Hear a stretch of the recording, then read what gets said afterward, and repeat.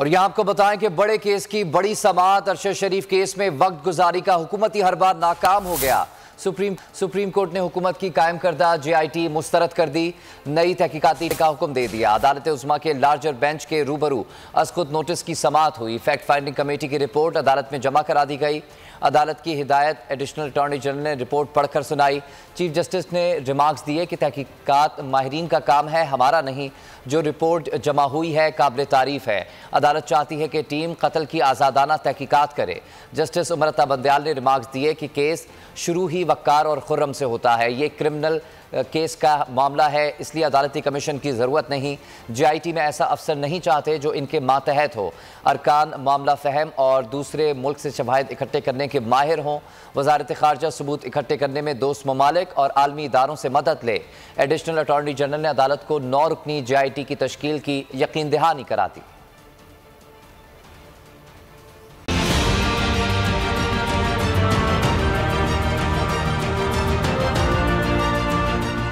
हमें तो अदालत जब भी बुलाएगी हम आएंगे। हम तो अदालतों का एहतराम है और जैसी भी सेहत होगी आएंगे ज़रूर।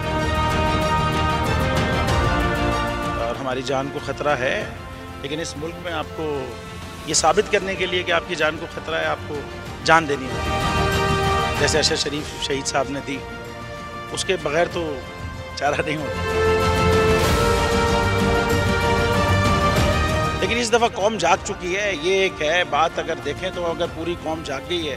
अरशद शरीफ साहब शहीद हो गए बस, लेकिन उनकी शहादत के बाद आप देखें जो लोग जिस तरह निकले हैं और आज भी सही चले। एक सो मोटो हुआ ना, तो ये चीज़ जाग गई है कौम। बस अब एक थोड़ा सा रह गया है, अगली दफ़ा शहादत से पहले जाग जाएगी तो मेरे ख्याल है ज़्यादा बेहतर हो जाएगा, ज़्यादा बेहतर तरीके का रिजल्ट आएगा। मगर बड़ा कम फ़र्क रह गया है बस। लेकिन जो भी हम खड़े हैं इंशाअल्लाह ताला हक़ की राह में, ना डरेंगे, ना बिकेंगे, ना झुकेंगे। हम हकीकी सहाफ़त करते रहेंगे।